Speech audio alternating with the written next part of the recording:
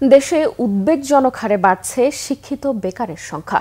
বাংলাদেশ পরিসংখ্যান ব্যুরো বা বিবিএস এর হিসেবে দেশে প্রতি ৩ জনের একজন উচ্চশিক্ষিত এখন বেকারের খাতায়, যা গেল ৮ বছরে উঠেছে দ্বিগুণেরও উপরে।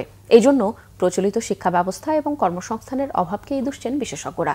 তারা বলছেন সময় এসেছে সময়োপযোগী শিক্ষা ব্যবস্থা তৈরির। বিস্তারিত মাহমুদ আব্দুল্লাহর রিপোর্টে।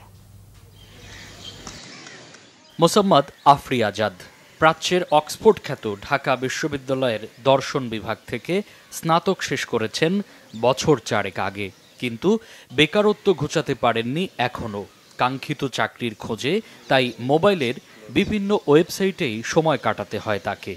যখন ভাইবা বোর্ড ফেস করে তখন বলে যে এক্সপিরিয়েন্স দরকার, কিন্তু আমাদেরকে সেই এক্সপিরিয়েন্সটা হওয়ার জন্য তো আমাদেরকে স্কোপ দিতে হবে, সেই স্কোপটাই আমরা পাচ্ছি না। আবার দেখা যাচ্ছে যে কম সংখ্যক পদের বিপরীতে এতজন ক্যান্ডিডেট, এইগুলো কি বলবো, খুবই আনএক্সপেক্টেড। বাংলাদেশ পরিসংখ্যান ব্যুরো বিবিএস এর ২০২৪ সালের সবশেষ প্রতিবেদনে দেখা যায়, দেশে বর্তমানে স্নাতক পাশ বেকারের সংখ্যা প্রায় ৮,৮৫,০০০।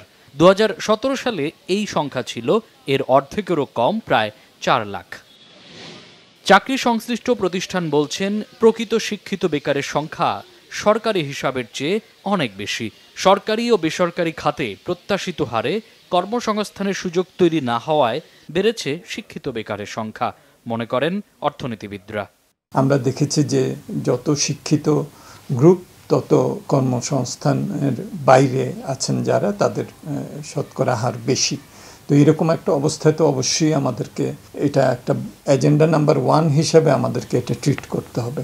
যারা বয়স কম এবং যারা শিক্ষিত তাদের মধ্যে আসলে সংখ্যাটা মারাত্মক আকার ধারণ করেছে, এবং এই গ্রুপের মধ্যে আবার ভাগ আছে। যেমন ধরেন যদি পাবলিক ইউনিভার্সিটি বলি বা প্রাইভেট ইউনিভার্সিটি বলি, সেখানে বেকারত্বটা আছে, কিন্তু সবচেয়ে বেশি ভয়াবহ বেকারত্ব হচ্ছে আসলে জাতীয় বিশ্ববিদ্যালয়ের আন্ডারে যে প্রায় ২২০০-এর মতো কলেজ আছে। চাকরির বাজার এবং শিক্ষা প্রতিষ্ঠানের মধ্যে সঠিক বোঝাপড়ার অভাবে তৈরি হচ্ছে না দক্ষ জনশক্তি, মনে করেন বিশেষজ্ঞরা। আমাদের ইন্ডাস্ট্রি বা ইকোনমি গ্রো করছে একভাবে, কিন্তু আমাদের স্কিল বা আমাদের যারা পড়াশোনা যারা করছে তারা অন্য এক জায়গায় সাবজেক্টগুলিতে পড়ছে। তারা হয়তো কথা ইতিহাস পড়ছে, সোশ্যোলজি পড়ছে, ওগুলি দিয়ে তো আসলে কোনো ফ্যাক্টরি তাদেরকে ওই স্কিল দিয়ে তো আসলে চাকরি দেবে না। আমাদের যারা কারিগরি শিক্ষার মধ্যে আছেন তাদের আমরা দেখেছি যে তাদের যেটা পড়ানো হয় এবং শ্রমবাজারের যে চাহিদা তার মধ্যে বিরাট একটা পার্থক্য থেকে যাচ্ছে। তো সেই জায়গাগুলোতে আমাদেরকে অনেক ধরনের পরিবর্তন আনতে হবে, কারিকুলা থেকে শুরু করে শিক্ষক প্রশিক্ষণ থেকে শুরু করে সবকিছু। বিবিএস এর তথ্য মতে দেশে বর্তমানে ৯ লাখের মতো উচ্চশিক্ষিত মানুষ হয় বেকার, নয়তো জীবন ধারণের জন্য বেছে নিয়েছে প্রয়োজন ও প্রত্যাশার চেয়ে অনেক কম আয়ের কোনো কর্মসংস্থান, যার পোশাকি নাম ছদ্ম বেকার। মামুন আব্দুল্লাহ, বাংলা ভিশন, ঢাকা।